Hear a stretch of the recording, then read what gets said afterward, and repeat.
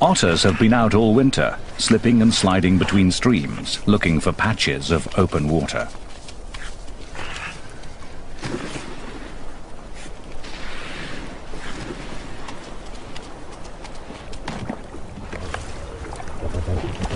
They're kept under close watch by a coyote. He's on a constant search for food. This is a world of predators, scavengers, and opportunists.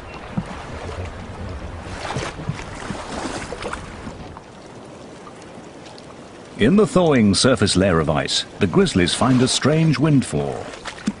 Entombed in the ice all winter, frozen fish are the first banquet of the year for the bears.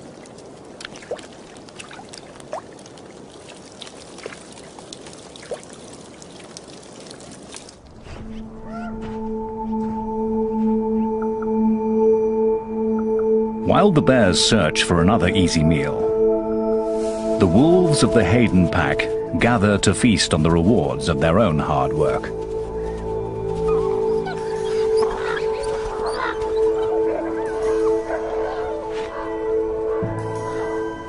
But a bold young bear has found their carcass, and a grizzly is accustomed to taking what he wants.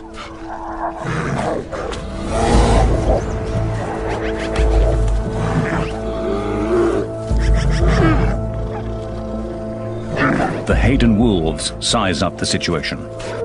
The pack is 9 wolves strong, and this is not the largest of bears. He's tried to bury the carcass and defends it from the center of his earthworks.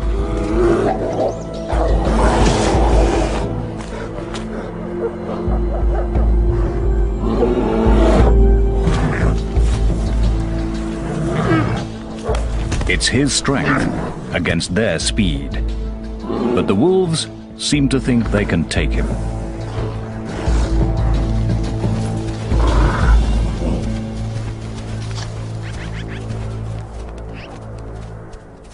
The Haydens prove to be more than the young bear can handle. This time,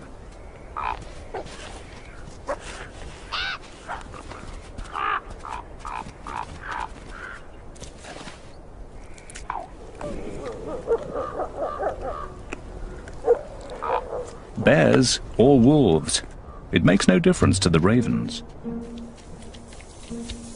They always make their point, but manage to stay above the competition.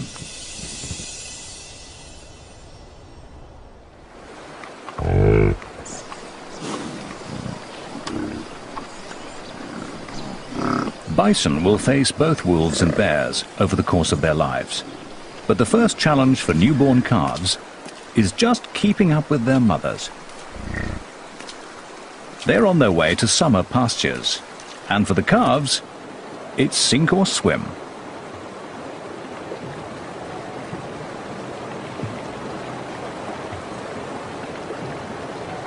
Instinctively, the calves seek shelter next to their mothers.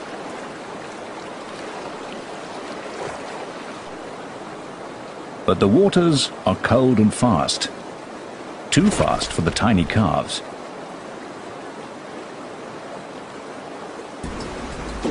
One has been swept into a logjam and is in real trouble.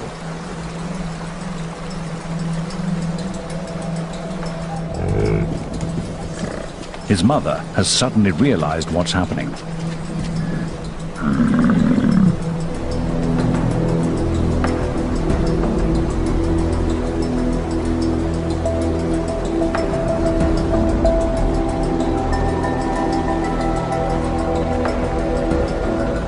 The calf breaks free, but is not out of danger. Calves often lose their mothers during river crossings, and without her, he can't survive.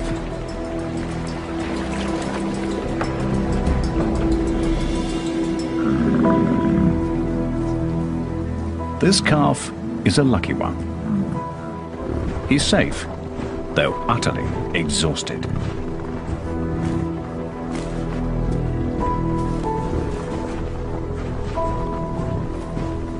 The Yellowstone River was just one of the first of many perils to come. A grizzly is following behind them, and for the bear, it's hunting season.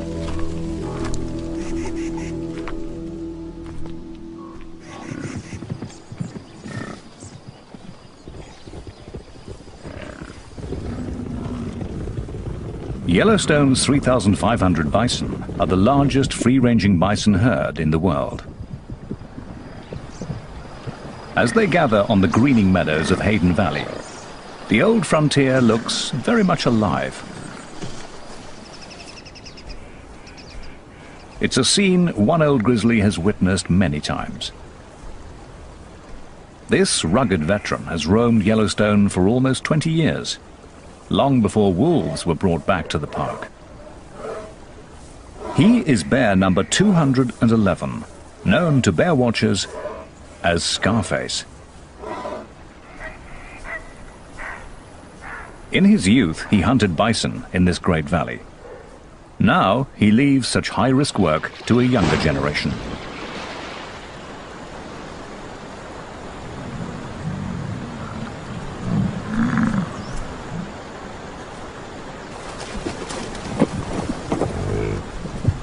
The bear has no advantage of surprise, yet he suddenly swings into action.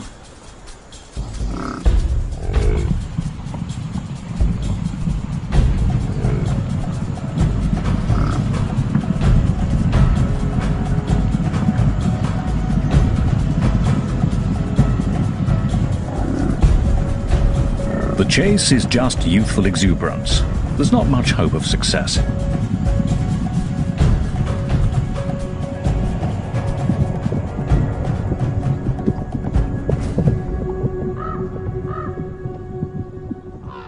The bear will need a better strategy. But a truly devious plan is a coyote's speciality. He's so small, no one takes him seriously. He tests a calf. This one's big and strong.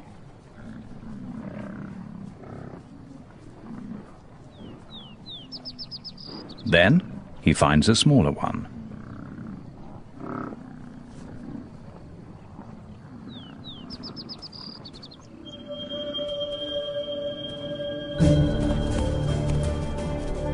He pretends to play, but this is no game. If the coyote can coax the calf off by itself, he has every intention of killing it.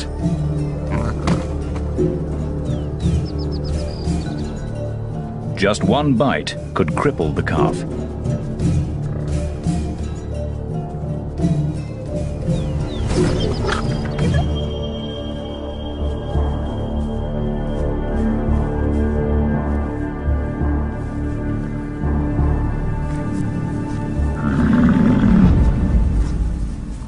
But some motherly backup puts an end to all that.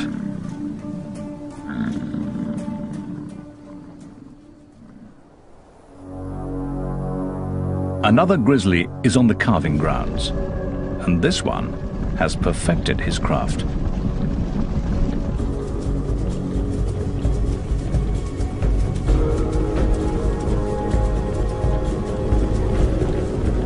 The grizzly uses his top speed of 56 kilometers per hour to separate a calf from its mother.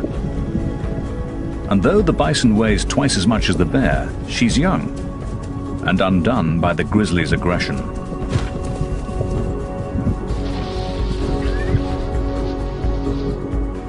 She hesitates, and her calf is lost.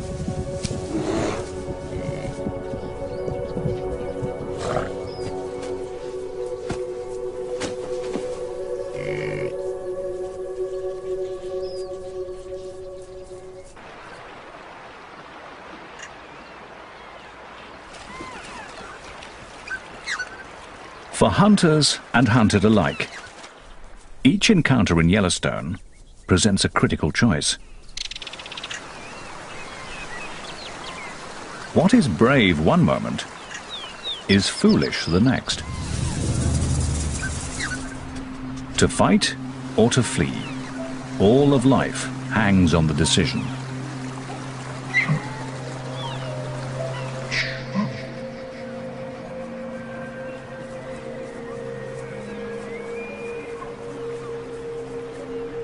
With two wolves out on the prowl, a mother elk weighs her options carefully. The wolves have seen her, but not her calf. It's too young to outrun the wolves. Its only defense is to hide and keep completely still.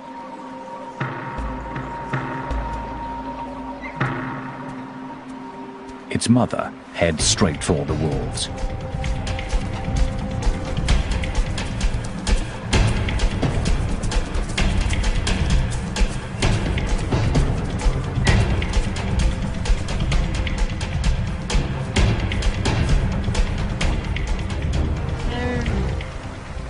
Her purpose is to distract them, to keep their attention entirely on her.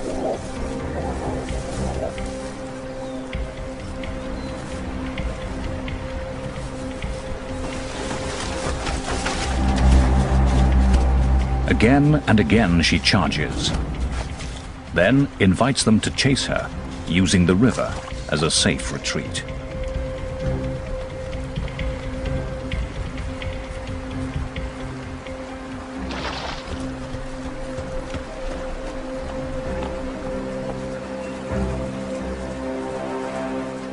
She can play this game against two wolves, but she would never attempt this with an entire wolf pack.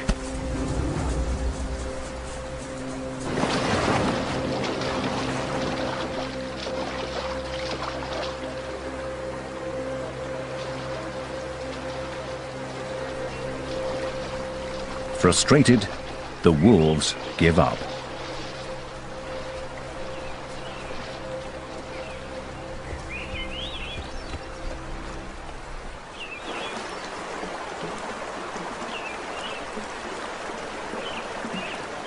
The calf owes its life to the tactics and the courage of its mother.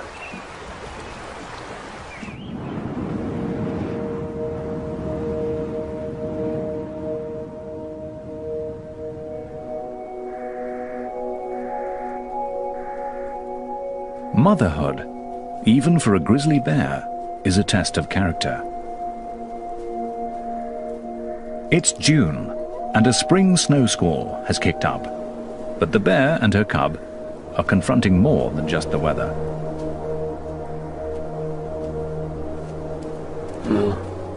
Wolves from the Druid pack have caught them out in the open.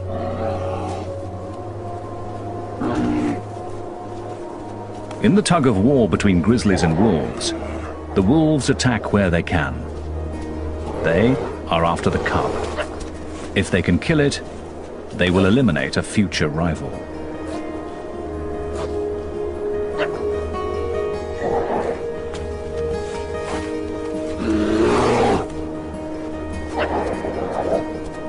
She's not a big bear, but she stands her ground. The wolves won't risk an injury.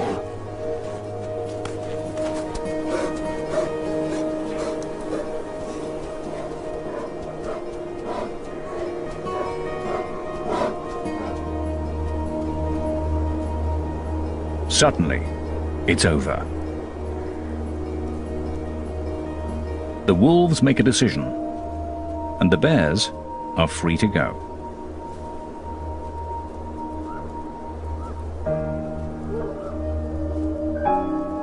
As the two dominant predators in Yellowstone, grizzlies and wolves make life hard for each other. The cub is vulnerable to the wolves now. If he survives to become a really big bear, the tables will turn.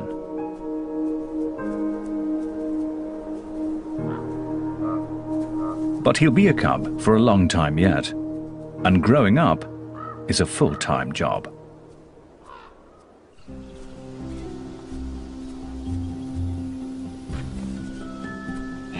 Things are even more interesting with a brother or sister.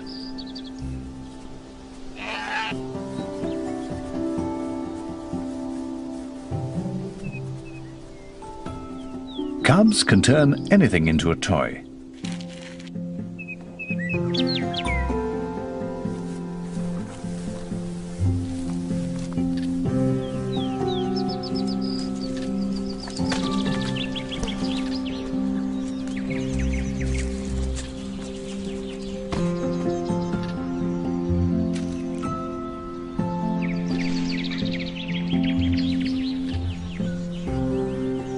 Every game lets them discover what they can do, and their mother is always there to supervise.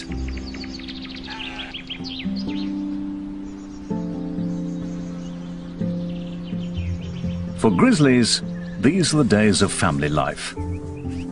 They'll spend 2.5 years under the constant care of their mother. Then the cubs will be big enough to go their separate ways and travel through Yellowstone alone. Until then, she is everything they need.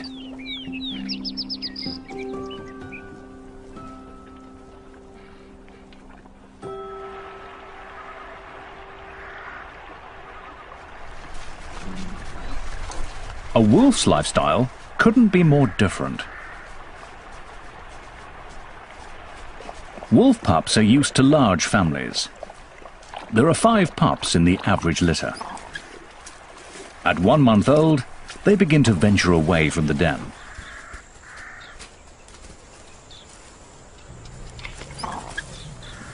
Their mother is the alpha female, the white wolf with the research collar. But they have other guardians too. Older brothers and sisters, aunts and uncles. A member of the family is always in attendance. When the pups grow up, many will disperse to other packs, looking for a place to belong. Wolves will always be drawn to each other's company.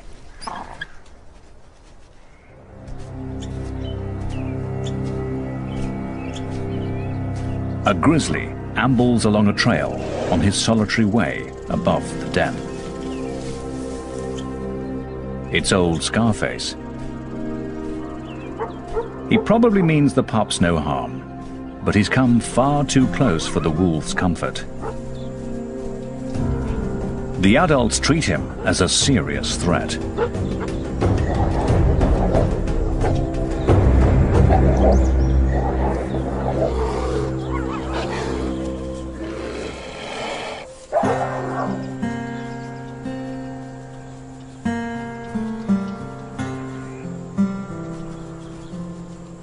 It's the pups' first encounter with a bear, and their elders have shown them something valuable.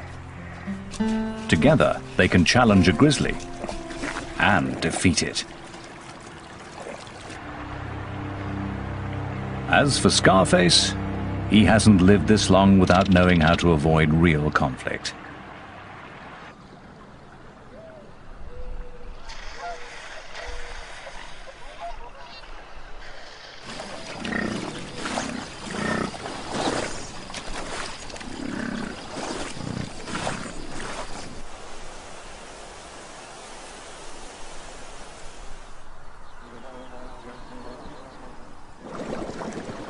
By the end of June, the high country is bright with color.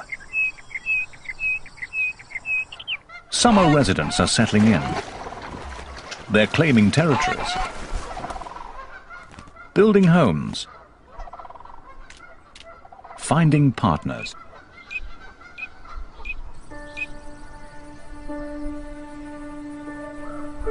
Even grizzlies get caught up in the social scene. It's the mating season. A courting couple could be mistaken for youngsters playing. But for grizzlies, this is romance.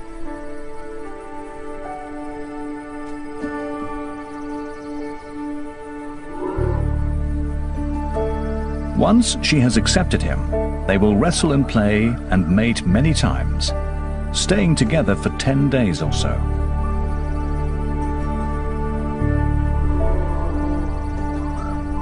But their devotion will be fleeting.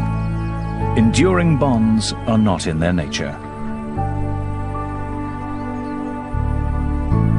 Yet, while it lasts, they share a moment of tenderness grizzlies seldom display.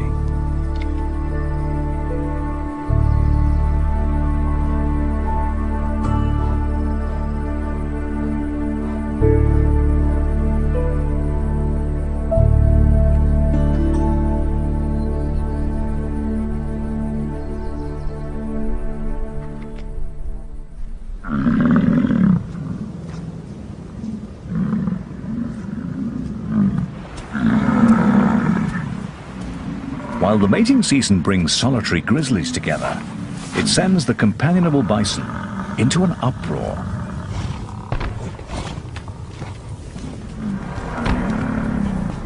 Bulls are built for the battles of the rut. They wield their massive heads as both weapon and defense.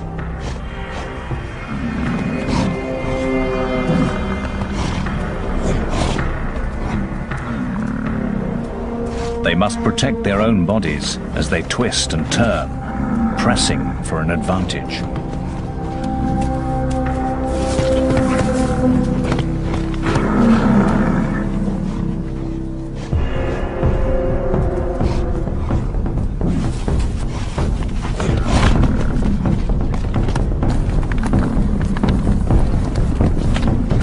They are one-ton warriors, and each breeding season, more than a few are fatally wounded.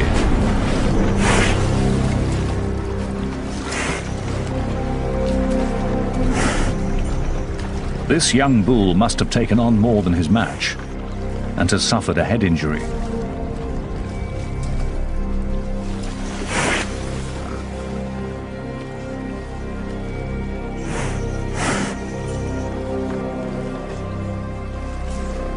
Round and round he turns, unable to find his way forward.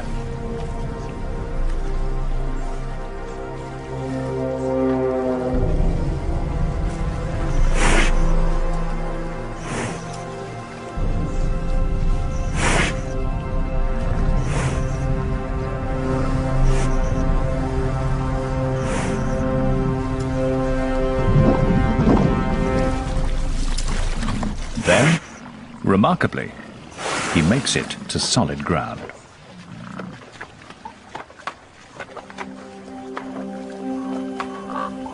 Bison are as tough as they come. Days later, the injured bull staggers on, alone, but still alive.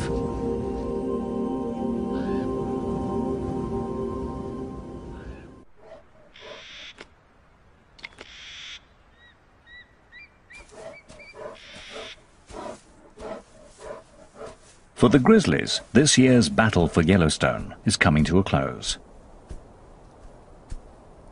It's beginning to snow. One by one, the bears retreat to their dens. Winter settles in.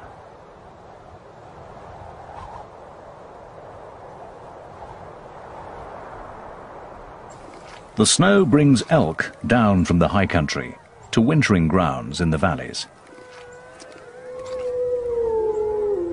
And wherever the elk go, the wolves follow. Winter is the season when wolves are riding high.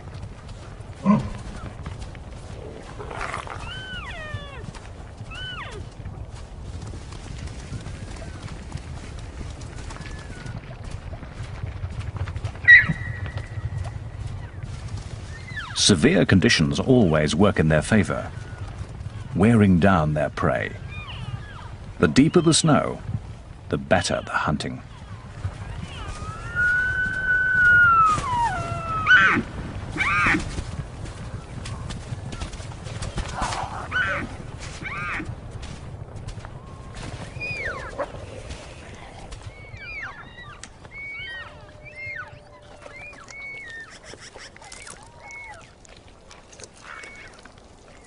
No bears will contest the carcass, but many other scavengers gather at the feast.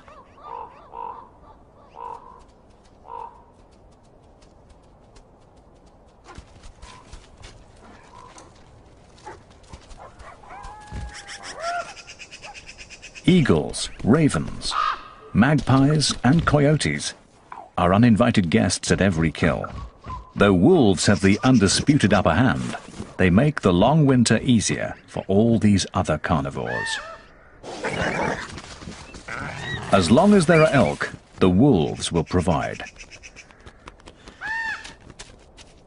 But all these hungry scavengers steal so much meat that they may be one reason why the wolves form packs, to protect their own share of the kill.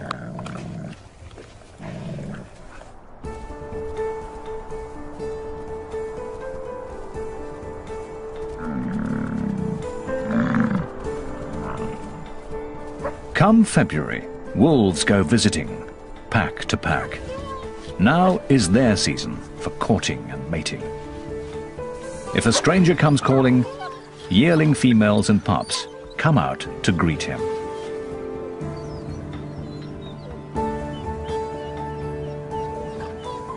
He'll please them all if he can, but what he's really after is a willing partner and a private rendezvous.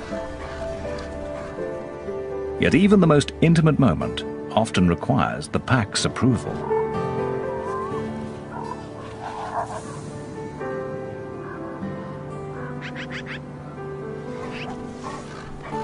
The alpha pair that leads the pack may share a bond that lasts for life.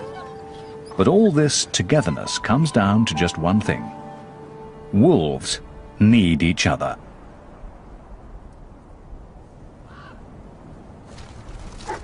Wolves are accustomed to working year-round and feeding many mouths. But come the end of winter, it can take the abilities of a bear to get the job done.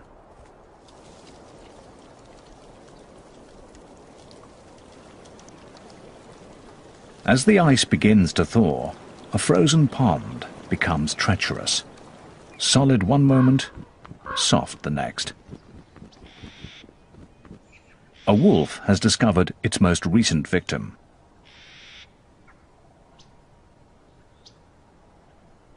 The wolves weigh about 45 kilos and cannot trust the ice to hold them. They can see the carcass and would take the hand out, but it just isn't worth the risk. As the pond continues to freeze and thaw, coyotes venture onto the ice. At 14 kilos, they are light enough to cross it, but not strong enough to move the carcass.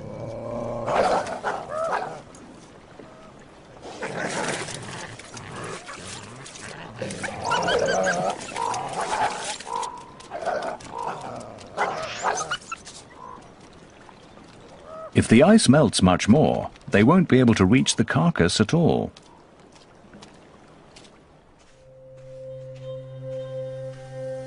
For once, a grizzly, fresh from his den, arrives as something of a hero.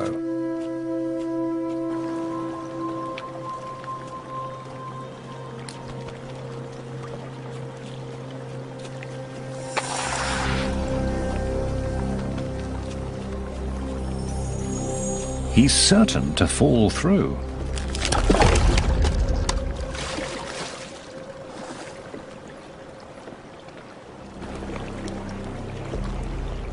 But his massive strength will come to the rescue.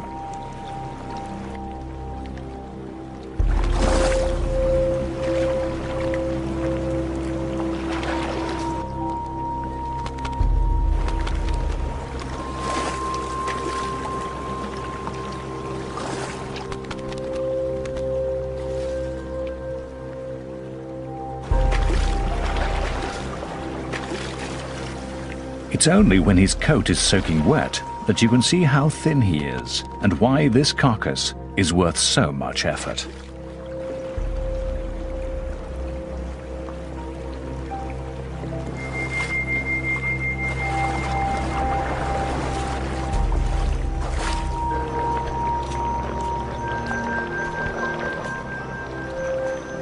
As the bear reaches shore with the prize, even the ravens can appreciate his labors. And there'll be bones for the coyotes, after all.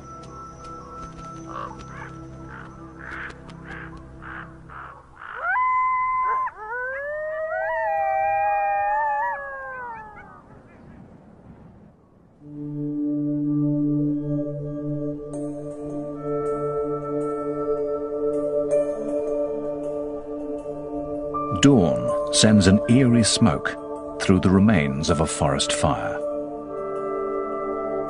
It's moisture vaporizing from the blackened trunks as they warm up in the sun.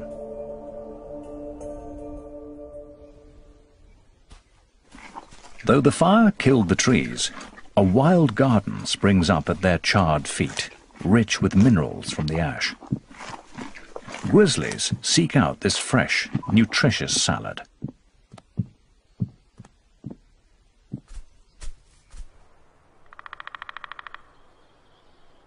great grey owl dozes at the edge of a burn.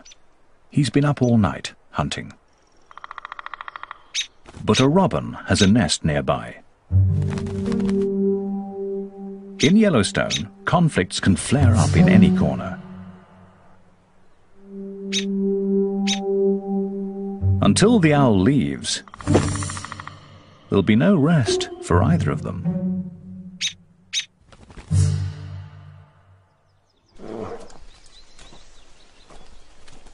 A grizzly has come to the recovering burn to feast on daisies, asters, fireweed, and cow parsnip, teaching her yearling cub that this is a good place to forage. A cub has to learn a great variety of plants and where to find them at what time of year. And while one cub studies this lesson, another follows its mother onto the calving grounds of the elk. Grizzlies aren't full-time predators like the wolves, but they still take their toll of elk calves each spring.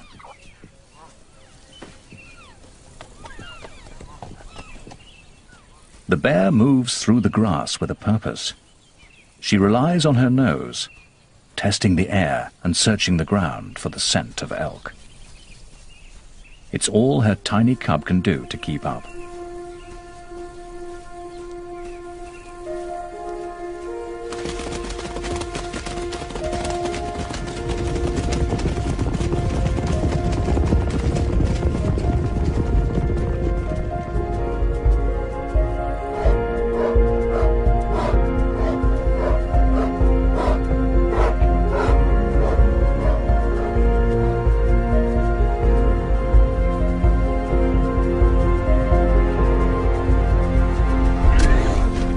For the calf, the brief dance between birth and death will be over in a moment. For the cub, it's a first step in honing a skill that will help him succeed in Yellowstone.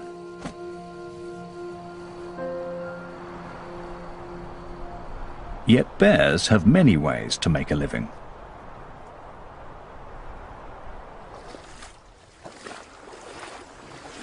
Wolves must hunt to survive. But a grizzly's life is full of choice.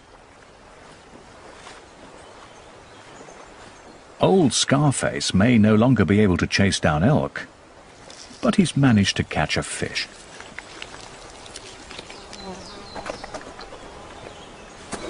And as he wanders his range, there will be mushrooms and dandelions, ants and earthworms, biscuit root and berries to harvest.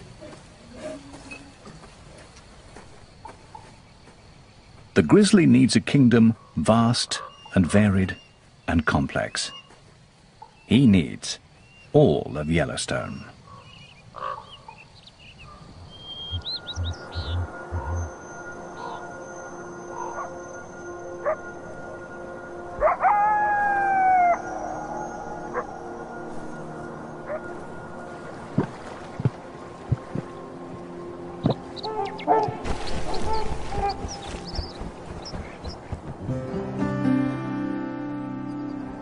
In this cauldron of competition and conflict, a grizzly sometimes gets to relax.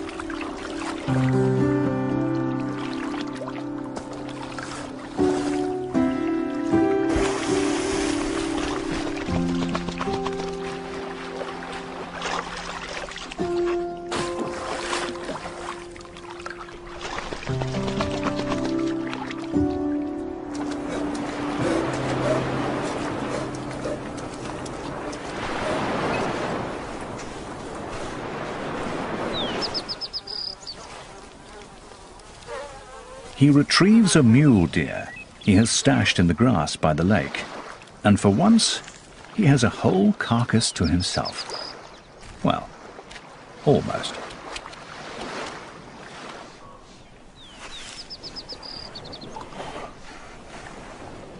He takes his time over a delicate morsel. It's not often he gets to enjoy the little things in life.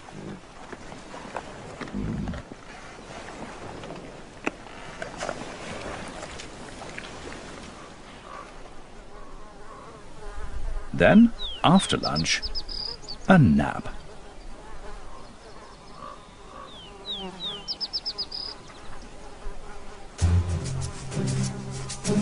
That is, until biting flies discover the grass-covered carrion he's using for a pillow.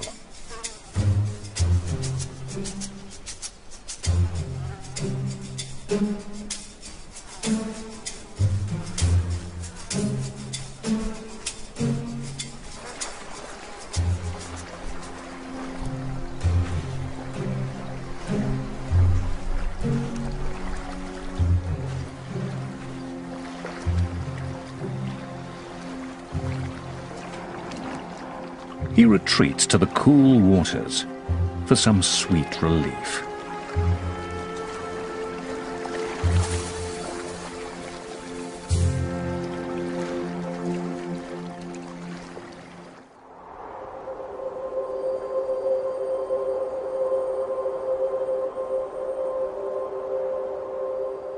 By the end of summer, all activity is focused on the coming winter.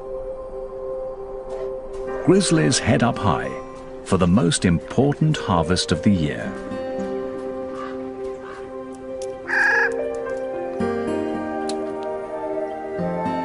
The Clark's nutcracker is up there already, collecting the seeds of the whitebark pine. Squirrels are also gathering their winter seed store. The birds will disperse the seeds, but the squirrels will cache them. And that's what the grizzly is looking for. The bear digs up their work. The seeds are rich in fats, and the bear takes in as many calories as she can.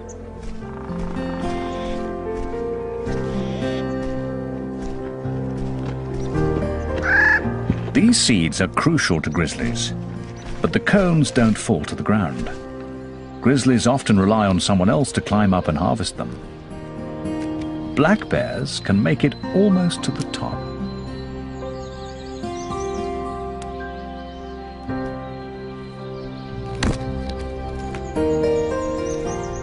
They'll bring the branches and cones to the ground and in reach of the grizzly.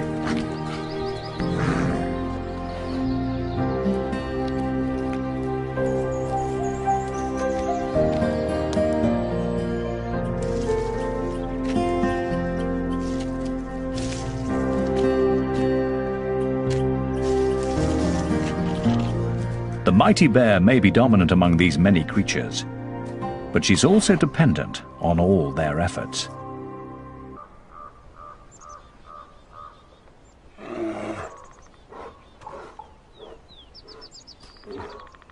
In this tale of two predators, each succeeds according to its nature. This enormous male is waiting on the wolves. He's staked out in the territory of the Molly's pack. And here they come, right on schedule.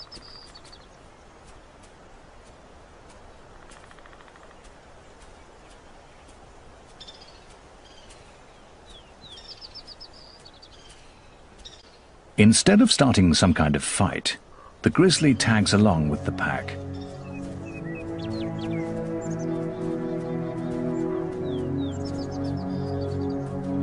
The bear is huge. He looks to be almost 300 kilos, and the wolves seem resigned to his presence.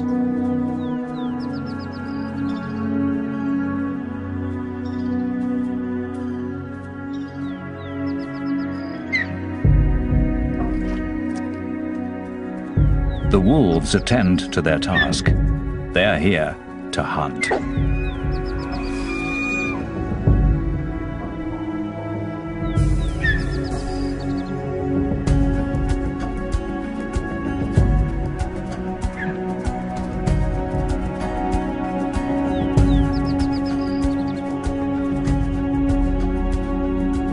The bear lets them go. He's in no hurry.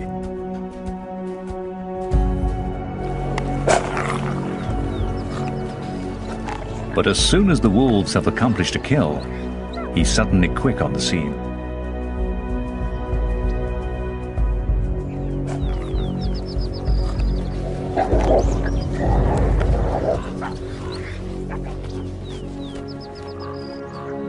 This is the way of things in Yellowstone.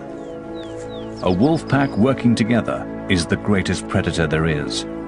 But even the mollies, 14 wolves strong, know how to step aside for one large bear. A grizzly in his prime is the master here. He makes the most of the skills of others and takes from them all in turn. The wolves must simply bide their time and wait for him to leave.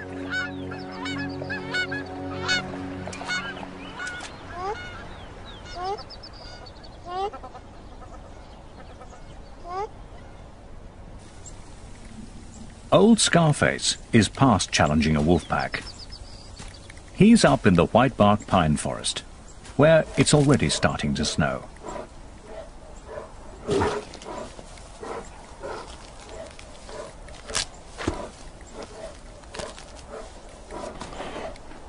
Winter is closing in. The pine seeds are all but gone. Soon there'll be nothing left to eat. Slowly, limping now with age and effort, he makes the